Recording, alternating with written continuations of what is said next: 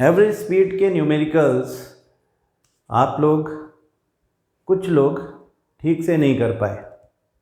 कुछ लोगों ने अटेम्प्ट किया लेकिन गलती हुई, कुछ लोग बीच में अटक गए और कुछ लोगों ने डर के मारे अटेम्प्ट नहीं किया, कुछ लोगों ने मैसेज किया कि हमको ये समझ में नहीं आ रहा है कि कैसे करें। तो चलो कल जो हम क्वेश्चन कर रहे थे या कल जो क्वेश्चन मैंने आपको होमवर्क में दिया था मैं उस क्वेश्चन को सॉल्व करता हूँ। हाँ, कल हम एक्सेलरेशन के बारे में बात करने लगे थे, एक्सेलरेशन के बारे में फिर बात करेंगे। पहले इसको एवरेज स्पीड वाले कंसेप्ट को ठीक से समझ लें। हाँ, हम ये समझ लें कि जो एवरेज स्पीड होती है, चाहे कोई भी सिचुएशन आए, हाँ, एवरेज स्पीड के क्वेश्चन में एक बात कॉमन रहेगी कि एवरेज स्पीड का फॉर्मूला टोटल डिस्टेंस ट्रैवल्ड या टोटल डिस्टेंस कवर्ड या actual path covered divided by total time taken होगा। अगर दोनों के यूनिट सेम यूनिट सिस्टम को बिलोंग करते हैं, यानी कि अगर डिस्टेंस मीटर में है तो फिर टाइम सेकंड में होना चाहिए, अगर डिस्टेंस किलोमीटर में है तो टाइम आर में होना चाहिए। तो अगर वो सेम यूनिट सिस्टम को बिलोंग करते हैं तो आपका न्यूमेरिकल कभी गलत हो ही नहीं सकता। हाँ, यानी आपको फार्मूला एक ही यूज़ करना है एवरेज स्पीड के लिए कि total distance travelled upon total time taken. तो जब भी आपको कोई क्वेश्चन मिले तो उसकी सिचुएशन आपको दी हुई है या आपने सिचुएशन खुद लिख ली है, अब आप according to that situation step by step समझें। पहले इस तरह के क्वेश्चंस में एक नई बात हो गई कि आपको इस क्वेश्चन को ट्रांसफॉर्म करना पड़ेगा, आपको इस क्वेश्चन को ट्रांसलेट करना पड़ेगा, आपको देखना पड़ेगा कि क्या कह रहा है वो। जैसा कि कल हमने किया था, क्वेश्चन हमको दिया गया था कि a car moves on a straight path with an average speed of 50 km per hour for half of the journey. Calculate the average speed for rest of the journey if its average speed for entire journey is 60 km per hour. तो हमने उसको translate कैसे किया? हमने इसको इस form में लिख दिया कि जी टोटल डिस्टेंस d है। इस तरह के क्वेश्चंस में आपको डिस्टेंस नहीं दी होती। यहाँ पे जो प्रॉब्लम फैक्टर है वो ये है कि हमें डिस्टेंस दिया नहीं है, हमें टाइम भी दिया नहीं है, हाँ, और हमसे पूछ रहे हैं एवरेज स्पीड बताओ। तीन अलग अलग फॉर्म ऑफ स्पीड है। एक तो पार्शियली, एक हमको पार्ट दे रखा है, part of the total path, total जो डिस्टेंस है उसका एक पार्ट है d/2, half of the total distance. हाँ, कार चल रही है स्ट्रेट लाइन में और half of the total distance to be travelled by it, उसके लिए स्पीड दे रखी है, ठीक है ना। 50 किलोमीटर पर आवर से वो चल रहा था, आधी जर्नी उसने 50 किलोमीटर पर आवर तक ट्रैवल करी, और बाकी आधी कितने स्पीड से ट्रैवल करी होगी वो हमें बताना है। यानी बाकी जो d/2 है उसके लिए कितनी स्पीड होगी, x मान लिया हमने, वो बताना है। जबकि average speed for entire journey 60 kilometre per hour is given. हाँ, तो फॉर्मूला कभी चेंज नहीं होगा, फॉर्मूला एक ही रहेगा। क्या? v average for all conditions, total distance travelled that is d/2 and total time taken that is t। t is t1 plus t2, where t1 is the time taken in the journey of first half, d/2 is speed से, और t2 is the time taken to travel in later half। तो हम कहते हैं कि अच्छा t1 calculate कर लो, t2 calculate कर लो, दोनों को ऐड कर दो और इस फॉर्मूला में डाल दो। टोटल डिस्टेंस ट्रैवल तो d है। तो हमारा जो इसे सॉल्व करने का जो तरीका है वो ये है कि जब हम t को ऐड कर देंगे तो वो d और v की फॉर्म में आएगा और d से d कैंसिल हो जाएगा, जो बचेगा उससे हम x की वैल्यू निकाल लेंगे। तो t1 प्लस t2 होना पहली शर्त है। फॉर्मूला हमने लिख दिया है, डिस्टेंस तो d है, इसका हम कुछ कर नहीं सकते, टाइम t1 प्लस t2 है। t1 t2 अलग अलग लिख के उनको ऐड करके यहाँ पे थोड़ी सी आपको मैथ्स की ज़रूरत पड़ेगी और उसको फिर इस फॉर्मूला में रखने से आंसर आता है। फिर हम उसको क्रॉस चेक कर लेते हैं हमारा आंसर ठीक है कि नहीं है। बिल्कुल आराम से सीखो, अभी आपका सेशन शुरू हुआ है और आपको बहुत स्टेप बाय स्टेप सीखने की ज़रूरत है। ये चीज़ सीखनी बहुत ज़रूरी है। आप समझो इसको कि कोशिश करो इसे पॉज करके सॉल्व करने की, मैंने यहाँ तक आपको समझा दिया। अगर आप इसे पॉज करके अभी सॉल्व करने की कोशिश करोगे, हो सकता है गलती हो जाए, हो सकता है आप अटक जाओ, लेकिन आप ज़्यादा सीखोगे। मैं तो सॉल्व कर ही दूंगा, but don't watch as an entertaining video कि आप उसे देखते जा रहे हो, बस कर कुछ नहीं रहे। पेपर पेन लेके बैठो, पॉज करो, सॉल्व करो। यहाँ तक मैंने हिंट दे दिया कि आपको क्या करना है, आपसे ज़रूर हो जाएगा। अगर अभी भी कॉन्फिडेंस नहीं है तो अगला स्टेप देखना, उसके बाद पॉज कर लेना, ठीक है। मैं आपको याद दिला दूंगा। अगर आपको लगता है कि आप अभी नहीं कर सकते तो चलो इसको आगे करते हैं और फिर आप पॉज कर लेना। इसको T1 निकालते हैं। T1 कैसे निकलेगा, इतना डिस्टेंस देखो, total distance travelled upon total time taken is V1। हाँ, ऐसा लिख सकते हैं ना, V1 equal to total distance travelled कितना है, D/2 upon total time taken T1। तो V1 तो गिवन है हमको 50, तो हम लिख सकते हैं 50 equal to D/2 into T1। तो T1 कितना होगा, T1 को उठा के यहाँ ले आओ, 50 को उठा के नीचे ले आओ। तो T1 would be equal to D/2 into 50, that is T1 equal to D/100। ये तो वैल्यू आ गया T का, T1 का। अब T2 के वैल्यू में x है, हमें ये पता नहीं है।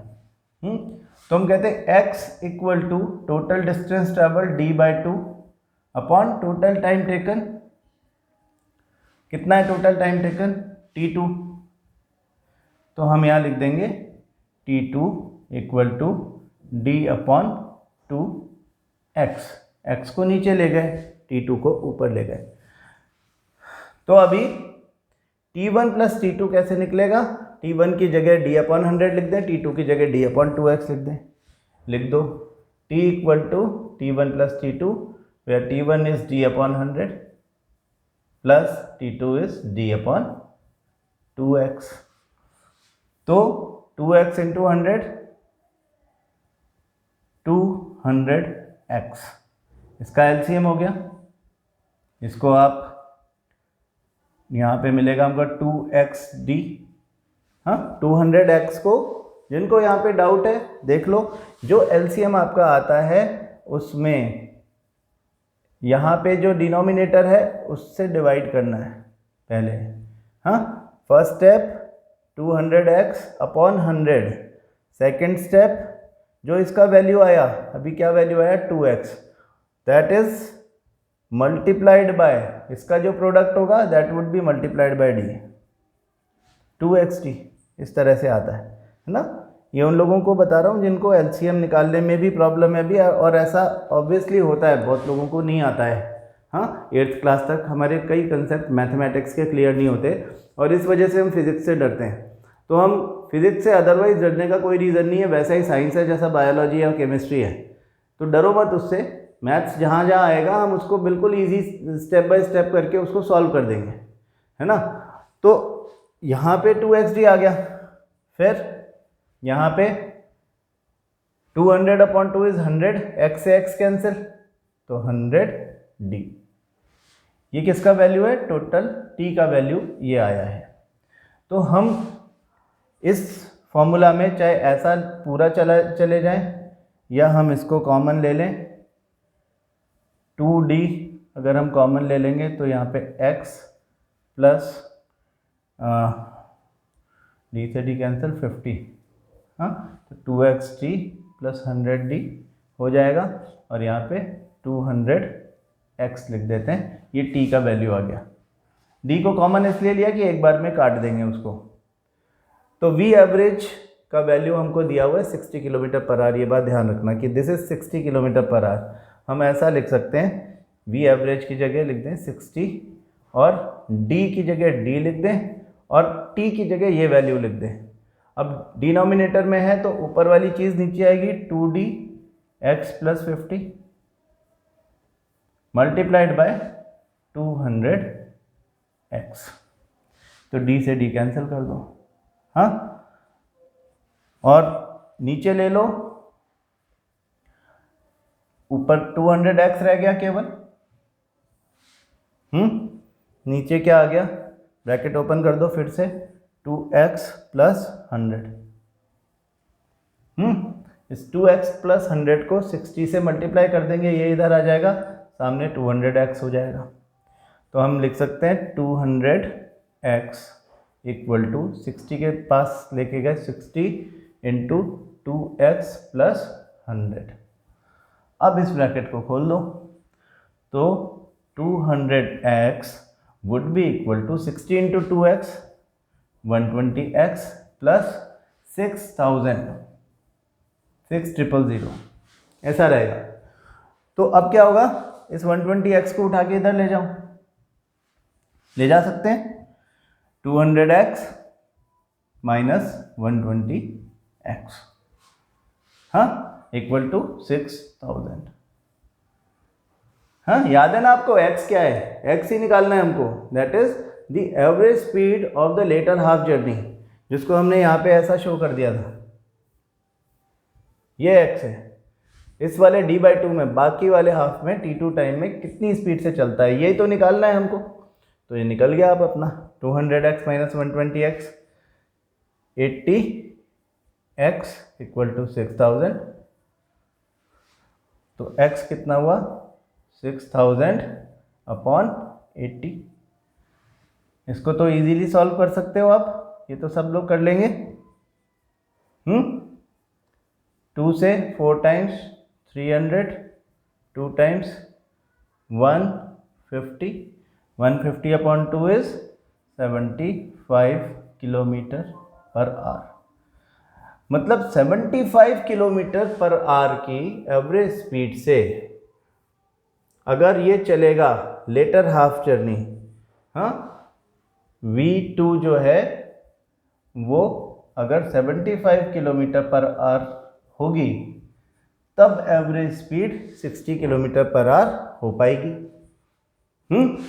अब हमारा आंसर ठीक है या नहीं है, ये चेक करने के लिए हम क्या करें कि इन दोनों V1 और V2 की हेल्प से V एवरेज निकाल के देख लो। ये V average 60 kilometre per our आपका आंसर आना चाहिए। तो क्वेश्चन नई तरह से फ्रेम हो गया। क्या इस क्वेश्चन को हम दूसरी तरीके से पूछ रहे हैं अब कि a car is moving on a straight path and travels with an average speed of 50 km per hour in first half of the path and with 75 km per hour in later half of the path, then calculate its average velocity or average speed of entire journey। ठीक है, तो solve कर लो इसको यहीं पे। हम कहते हैं कि given V1 50 kilometre per our, V2 75 kilometre per our. हमने टाइम T1 एंड T2 ले रखा है और डिस्टेंसेस हमने ले रखे हैं D/2 एंड D/2। तो T1 का और T2 का कैलकुलेशन करना है। V एवरेज हमको निकालने के लिए कह रहे हैं। हमें पता है कि इसका आंसर 60 आएगा अगर हमारा आंसर ठीक है तो। क्रॉस चेक कर रहे हैं हम तो V एवरेज कैसे निकाल रहे हैं हम? Total distance travelled D/2 plus D/2, total time taken T1 plus T2। तो T1 और T2 यहाँ भी निकालेंगे वही तरीके से। कैसे निकालेंगे कि V1 equal to D/2 upon T1 और V2 equal to D/2 upon T2। तो V1 यानी फर्स्ट हाफ की एवरेज वेलोसिटी हमको दी हुई है 50 equal to D upon 2 into T1 से T1 को इधर ले जाएंगे तो पिछली बार कर चुके हैं हम ये बात, D upon 2 into 50 that is D upon 100। ये तो वैल्यू आ गया T1 का। इसी तरह से V2 हमारा 75 आया है, 75 equal to D upon 2 into T2। From this T2 would be, T2 उधर ले जाओ d upon 2 into 75, that is d upon 150. तो T1 और T2 के वैल्यूज रिस्पेक्टिवली d upon 100 और d upon 150 आ गए। अब आप इन दोनों को जोड़ दें, टोटल टाइम टेकन आ जाएगा। Total time taken T is equal to T1 plus T2, that is d by 100 plus d by 150। तो इनका लीस्ट कॉमन मल्टीपल यानी एलसीएम निकाल लें, 300 आ जाएगा। हाँ, 300 वो सबसे छोटा नंबर है जो 100 और 150 दोनों की टेबल में आता है। 100 3s are 300, 150 2s are 300। तो यहाँ पे 300 अपॉन 100 करेंगे तो 3 इंटू डी 3d प्लस 150 से ये आ जाएगा 2 एंड 2d। तो ये हमारा 5d अपॉन 300 आया। इसको हम d अपॉन 60 बोल सकते हैं। And we will get our answer V average equal to d upon t, that is t1 plus t2, जिसका वैल्यू d अपॉन 60 है। तो d अपॉन 60, d से d कैंसिल, आंसर आ गया 60 किलोमीटर पर आवर। तो मैंने आपको जो होमवर्क दिया था उसका आंसर आपको ये निकालना है। यहाँ पे हमने क्रॉस चेक किया है कि हमारा आंसर ठीक है कि नहीं। हमारा आंसर अगर गलत होता तो जो क्वेश्चन में वैल्यू दिया हुआ था average speed of entire journey का, वो कभी भी 60 किलोमीटर पर आवर नहीं आता। तो हमारा कैलकुलेशन ठीक है ना। यही तरीका है। देखो मैं आपको वर्कशीट्स भी दूंगा, अब वर्कशीट से प्रैक्टिस करना। मैं एवरेज स्पीड के क्वेश्चन अभी हमने केवल किए हैं, एक्सेलरेशन हम पढ़ रहे हैं। तो एक्सेलरेशन और एवरेज स्पीड इन सब के क्वेश्चंस जो हैं उनको एक वर्कशीट में आपको देता हूँ। हमारे पास में 3 वर्कशीट्स हैं जिनमें काफ़ी सारे क्वेश्चंस हैं। आप उन वर्कशीट्स को स्टेप बाय स्टेप करो और फिर जहाँ प्रॉब्लम आए वो पूछो। हमको अभी बहुत प्रैक्टिस करना है, ये टाइम प्रैक्टिस का है। जितनी ज़्यादा प्रैक्टिस करोगे उतना ज़्यादा आएगा। डरो मत, हथियार मत डालो, हमसे हो नहीं रहा ये सब बात मत करो। आप नहीं हो रहा तो बहुत आसान है कह देना, कोशिश करना।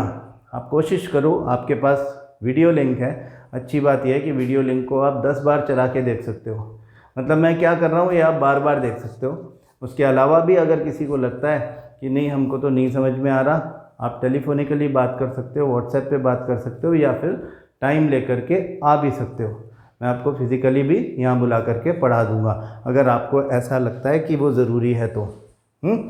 अब देखो, कल हम जो बात कर रहे थे वो मैं आपको थोड़ा सा याद दिला दूँ। हमने कहा था कि जो एक्सेलरेशन है उसका कंसेप्ट है कि this is the rate of change in velocity. Acceleration A is rate of change in velocity. Change in velocity is v minus u, where u is initial velocity, v is final velocity. v minus u is change in velocity. v minus u upon t is rate of change in velocity, that is acceleration. तो acceleration जो है उसको हम एक बड़ी important चीज़ मैं आपके सामने रखना चाहता हूँ। हाँ, आपने अगर अपनी बुक पढ़ना शुरू कर दिया है और आप उसे ठीक से देख पा रहे हो तो फिर आपने भी ये बात नोट कर ली होगी। नहीं की तो कोई बात नहीं। पेज नंबर 103 पर देखें, जो एक्टिविटी 8.8 लिखा हुआ है। In your everyday life you come across a range of motions in which, range of motion मतलब वेरियस टाइप्स ऑफ मोशन की बात हो रही है, इन विच acceleration is in the direction of motion. Acceleration is in the direction of the motion. जैसे हमने कहा कि एक कार जा रही थी और उसकी स्पीड बढ़ गई। कल हमने कुछ न्यूमेरिकल्स किए थे एग्जाम्पल के लिए, तो उसमें उसकी स्पीड बढ़ गई है। A car was moving suppose with a speed of 10 metre per second और उसकी स्पीड 5 सेकंड के टाइम में बढ़ के 15 मीटर पर सेकंड हो गई। तो इस तरह का एक्सेलरेशन जो होता है वो पॉजिटिव एक्सेलरेशन होता है। हाँ, acceleration a is equal to v minus u upon t. वो तो हमसे सिर्फ ये पूछ रहा है कि आप एग्जांपल्स बताओ, हम इनको यूज़ कर रहे हैं। v is final velocity, u is initial velocity. Initial velocity मतलब वो वेलोसिटी जो स्पीड बढ़ने से पहले थी, वो स्पीड जो पहले थी 10 मीटर पर सेकेंड। तो u की जगह 10 लिखेंगे और v की जगह 15 लिखेंगे। 15 माइनस 10 अपॉन 5 सेकेंड है ये, है ना, तो अपॉन 5 मतलब 5 upon 5 that is 1 metre per second square. 1 metre per second square is acceleration. इसका मतलब मैं आपको कल बता चुका हूँ कि उसकी स्पीड हर सेकंड में 1 मीटर पर सेकंड बढ़ेगी। एक्सेलरेशन मतलब स्पीड का बढ़ना, और rate of increase in speed 1 metre per second है, यानी हर 1 सेकंड में। अब ये 5 सेकंड की बात हो रही है, तो इन एवरी 1 सेकंड, पहला सेकंड जब हुआ, पहले तो ऑब्जेक्ट जो था वो 10 मीटर पर सेकंड पे चल रहा था, initial velocity was 10 metre per second. लेकिन 1 मीटर पर सेकंड स्क्वायर की रेट से आफ्टर फर्स्ट सेकंड, 1 सेकंड के बाद उसकी स्पीड में 1 मीटर पर सेकंड ऐड हो जाएगा और उसकी स्पीड हो जाएगी 11 मीटर पर सेकंड। हाँ, 2 सेकंड के बाद उसकी स्पीड हो जाएगी, फिर 1 मीटर पर सेकंड जुड़ जाएगा 12 मीटर पर सेकंड। 3 सेकंड के बाद फिर 1 सेकंड जुड़ जाएगा 13 मीटर पर सेकंड। 4 सेकंड के बाद 14 मीटर पर सेकंड, और 5 सेकंड के बाद उसकी स्पीड हो जाएगी 15 मीटर पर सेकंड। ये बात हम कल आपको समझा रहे थे कि एक्सेलरेशन का मतलब क्या, rate of change in velocity, speed her second कितनी बढ़ी। हाँ, तो एक यूनिफॉर्म एक्सेलरेशन से स्पीड बढ़ती जा रही है, हर 1 सेकंड में 1 मीटर पर सेकंड बढ़ता है। 1 मीटर पर सेकंड इंक्रीजेस इन 1 सेकंड। हाँ, तो 1 metre per second that is 1 metre per second square. अब आपसे कोई क्वेश्चन पूछ ले, इस क्वेश्चन को मॉडिफाई कर देते हैं। हाँ, आपकी बुक में क्या क्या लिखा है ये तो अपन देखेंगे ही, लेकिन थोड़ा सा मॉडिफाई कर देते हैं इसको। मॉडिफाई कर देते हैं मतलब थोड़ा सा चेंज कर देते हैं इसको ये चेंज कर देते हैं कि अगर कोई ऑब्जेक्ट 5 मीटर पर सेकंड के एक्सेलरेशन से चल रहा है, acceleration is given not 5, 1 metre per second square के एक्सेलरेशन से चल रहा है। हाँ, और उसकी initial velocity 10 metre per second है, तो what will be its final velocity after 2 second. 2 second के बाद में उसकी स्पीड कितनी हो जाएगी, टाइम दे रखा है 2 सेकंड। क्वेश्चन चेंज कर दिया हमने थोड़ा सा। तो यहां पर भी देखो, आप फॉर्मूला तो यही यूज करोगे। हाँ, फॉर्मूला तो v minus u upon T रहेगा, जिसमें से हमको a is given, u is also given, t is also given, v is asked. तो इस t को इधर ले आए तो फॉर्मूला को क्या बोलते, इस t को उठा के उधर ले गए तो ये हो जाएगा v minus u equal to a t. v minus u equal to a into t. तो फ्रॉम दिस हम कह सकते हैं v equal to a into t, u उधर जाएगा तो प्लस u हो जाएगा। What is a? a is 1, what is t? t is 2, and what is u? Initial velocity 10, 10 plus 2 12 metre per second. 2 second के बाद उसकी वेलोसिटी 12 मीटर पर सेकंड हो जाएगी। तो हम तो पहले भी यही कह रहे थे कि आफ्टर 2 सेकंड्स उसकी वेलोसिटी अगर 1 मीटर पर सेकंड स्क्वायर से वेलोसिटी बढ़ेगी तो 2 सेकंड के बाद, हाँ, यानी 11 मीटर पर सेकंड 1 सेकंड के बाद हुई थी 2 सेकंड के बाद 12 मीटर पर सेकंड हो जाएगी। हमारे फॉर्मूला से भी यही कैलकुलेशन हुआ। अगर यहाँ पे क्वेश्चन में वो कहता कि 3 सेकंड के बाद में कितनी होगी, टाइम अगर 3 सेकंड होता तो यहाँ पे 1 × 3 होता और ये 3 + 10 13 होता। देखो मतलब हम जो बात कह रहे हैं ठीक कह रहे हैं। हम कह रहे हैं कि अगर आपको एक्सेलरेशन दिया हुआ है तो इसका मतलब आपको ये बताया हुआ है कि हर 1 सेकंड में किसी ऑब्जेक्ट की जिसका एक्सेलरेशन आपको दिया हुआ है, अगर वो 1 मीटर पर सेकंड स्क्वायर दिया हुआ है तो 1 सेकंड में 1 मीटर पर सेकंड स्पीड बढ़ेगी। अगर आपको acceleration 2 metre per second square दिया गया है तो इसका मतलब हर 1 सेकंड में उसकी स्पीड या उसकी वेलोसिटी 2 मीटर पर सेकंड बढ़ जाएगी।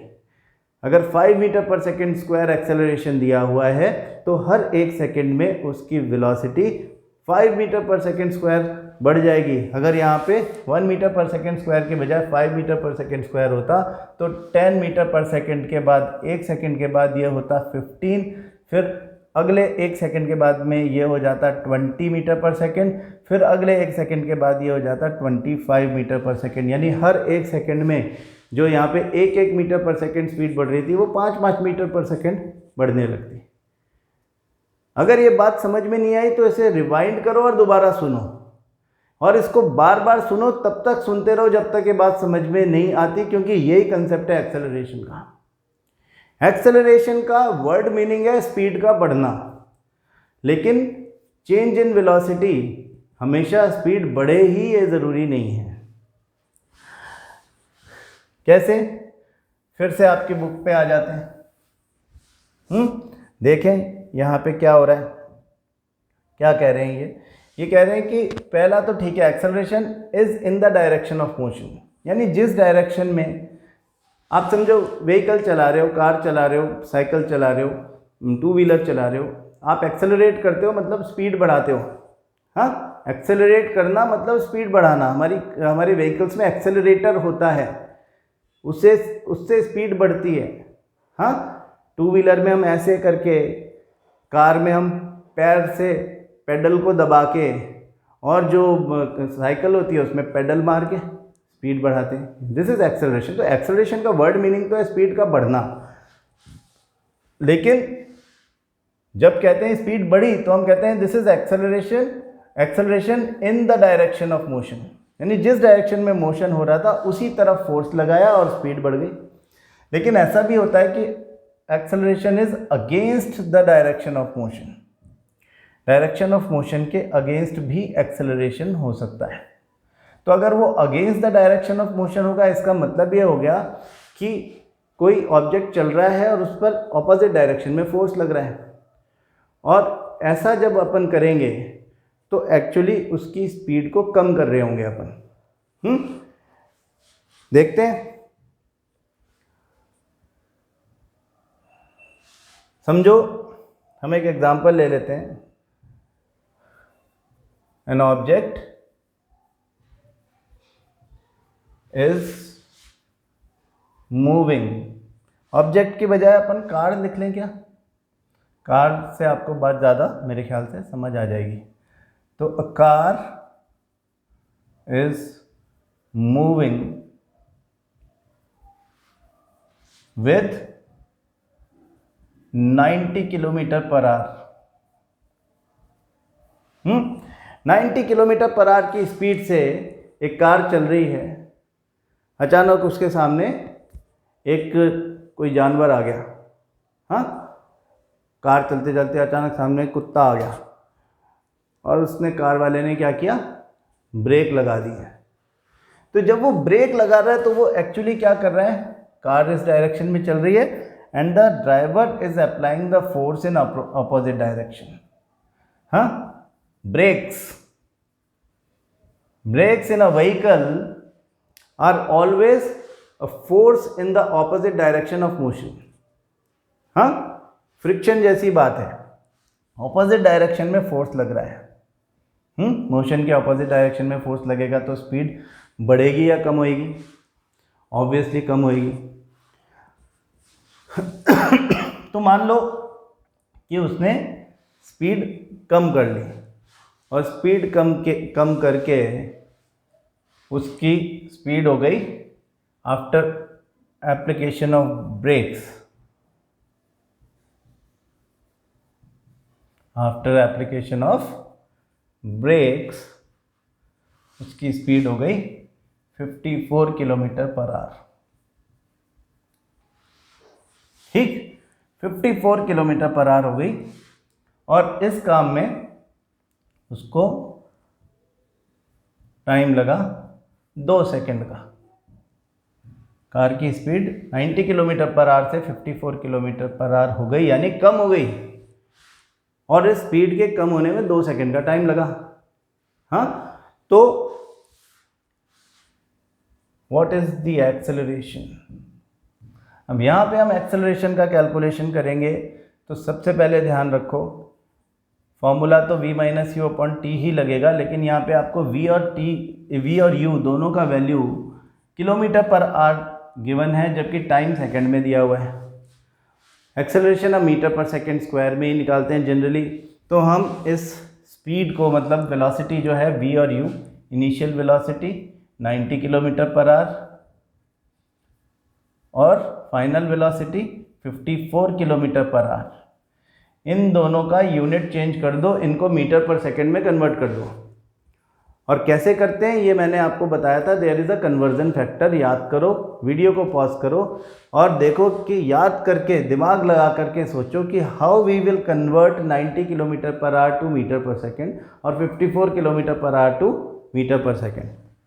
हाँ, कन्वर्जन फैक्टर याद है?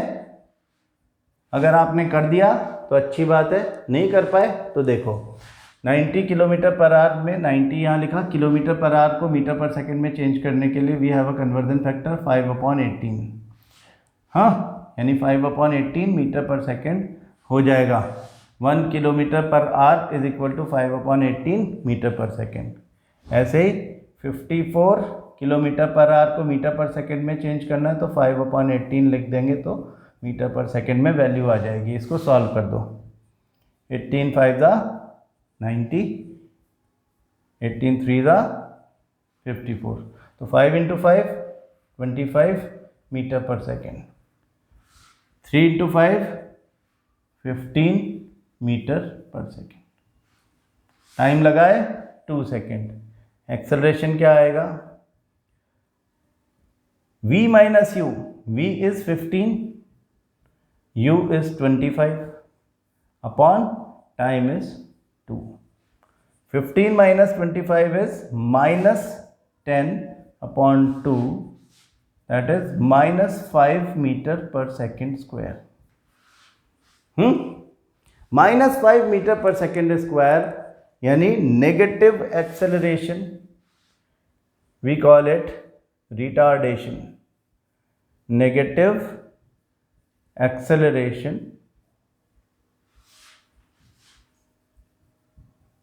और रिटार्डेशन।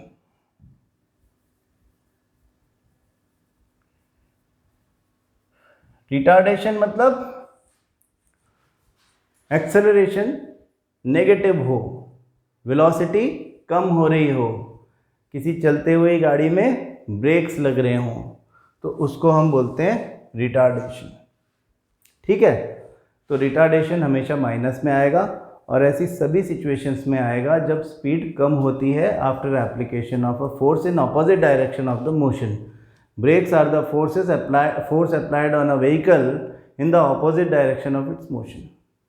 एक्सेलरेटर, अब आपकी व्हीकल में 2 पेडल्स हैं, 2 इंस्ट्रूमेंट्स आपके पास है, एक एक्सेलरेटर है, एक ब्रेक है।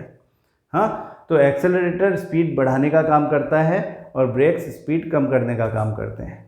इन other words we can say that accelerator जो है वो एक्सेलरेट करता है या वो स्पीड बढ़ाता है, और जो ब्रेक्स हैं वो रिटार्डेशन करते हैं, यानी स्पीड को कम करने का काम करते हैं। हाँ, प्रैक्टिकल लाइफ से उसको रिलेट कर लो, आपको जल्दी समझ में आएगी बातें। तो फिर से अपन देखते हैं कि क्या लिखा हुआ है इधर कि acceleration is against the direction of motion. तो ये पॉजिटिव एक्सेलरेशन था जिसको हम एक्चुअली एक्सेलरेशन बोलते हैं, ये नेगेटिव एक्सेलरेशन है जिसे हम रिटार्डेशन बोलते हैं। ठीक है। फिर C, acceleration is uniform. Uniform acceleration मतलब एक ही रेट से वेलोसिटी बढ़ती जा रही है, 5 metre per second in each second, 5 metre per second square. हम जितने भी न्यूमेरिकल्स देख रहे हैं उसमें हमको अगर एक्सेलरेशन का कुछ वैल्यू दे रखा है तो इसका मतलब वो यूनिफॉर्म एक्सेलरेशन है। यूनिफॉर्म एक्सेलरेशन का मतलब ही वही है जो मैं अभी आपको लिख रहा था कि हर 1 सेकेंड में उतना स्पीड बढ़ेगा जितना एक्सेलरेशन हमको दिख रहा है। यानी अगर 5 metre per second square is the acceleration given in the question, इसका मतलब 1 सेकेंड में 5 मीटर पर सेकेंड स्पीड बढ़ जाएगी, वेलोसिटी बढ़ जाएगी। यानी अभी ऑब्जेक्ट अगर 10 मीटर पर सेकेंड स्पीड से चल रहा है तो 1 सेकेंड के बाद वो 5 मीटर पर सेकेंड ज़्यादा हो जाएगी, यानी 15 मीटर पर सेकेंड से चलेगा। उसके अगले 1 सेकंड के बाद यानी टोटल 2 सेकंड के बाद वो 20 मीटर पर सेकंड से चलेगा, और फिर उसके अगले 1 सेकंड बाद फिर 5 मीटर पर सेकंड उसकी स्पीड बढ़ जाएगी और वो अब 25 मीटर पर सेकंड चलेगा। मैं जहाँ भी स्पीड बोल रहा हूँ मेरा मतलब वेलोसिटी ही है। आपको समझाने के लिए मैं स्पीड वर्ड यूज़ कर रहा हूँ, लेकिन एक्चुअली हमें वेलोसिटी ही सुनना है। हम v और u की बात कर रहे हैं, इनिशियल एंड फाइनल वेलोसिटीज़ की बात कर रहे हैं। u is initial velocity, v is final velocity.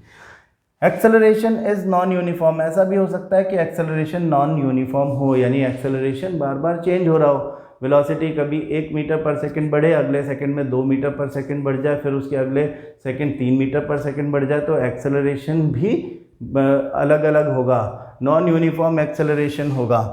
तो हम यहाँ पे अपनी बुक में जो सिंपल क्वेश्चन दिए हुए हैं एक बार उनको देख लेते हैं, सॉल्व एग्जाम्पल देख लेते हैं। एक एग्जाम्पल 8.4 हमको दिया है, starting from a stationary position.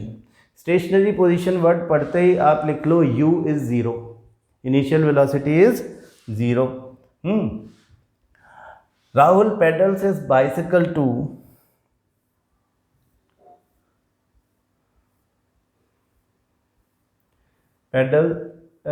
his bicycle to attain a velocity of 6 metre per second, यानी v आ गया 6 मीटर पर सेकेंड। हम ऊपर लिख लेते हैं u is 0, v is 6 metre per second in 30 second, time is given 30 second. हाँ, बिल्कुल बेसिक टाइप का, सिंपल टाइप का न्यूमेरिकल है। देन ही अप्लाइज ब्रेक्स, उसके बाद वो ब्रेक मार देता है, such that the velocity of the bicycle comes down to 4 metre per second.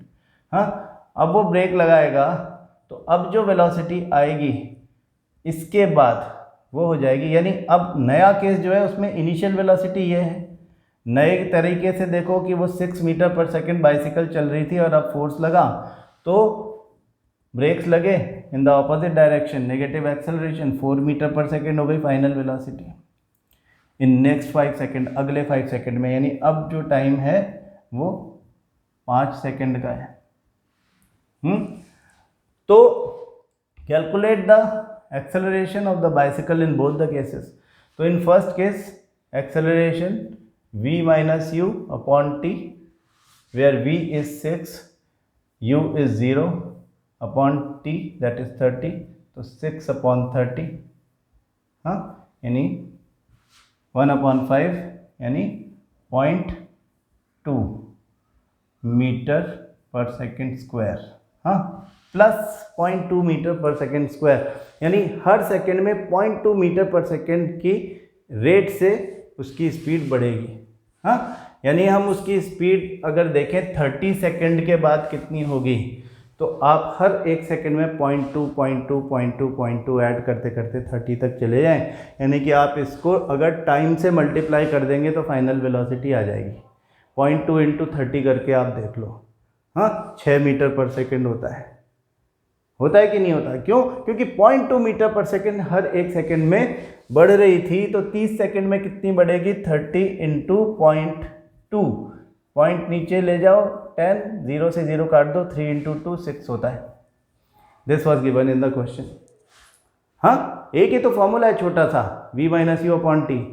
Values किसी की भी हमें पता है, हम उससे बाकी की वैल्यूज़ उससे निकाल सकते हैं। अब फाइनल वेलोसिटी इस केस में 4 मीटर पर सेकेंड है, क्योंकि अब ऑब्जेक्ट 6 मीटर पर सेकंड से चल रहा है, अब बाइसिकल जो है वो 6 मीटर पर सेकंड की स्पीड से चल रही है और उस पर लग गए ब्रेक लगे तो स्पीड थोड़ी कम हो गई, 4 मीटर पर सेकंड हो गई और इस काम में लगे 5 सेकंड।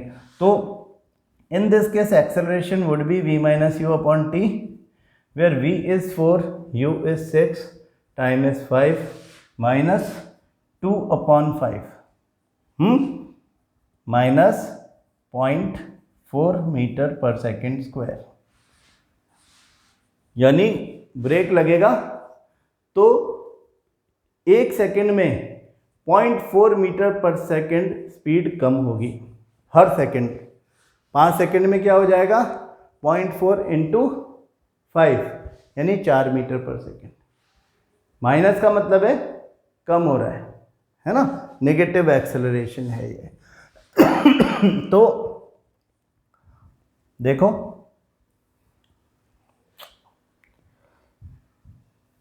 इसको ना, ये इस तरह से हुआ है 0.2 metre per second square minus 0.4 metre per second square. The acceleration of the bicycle in the first case is this and in the second case is this.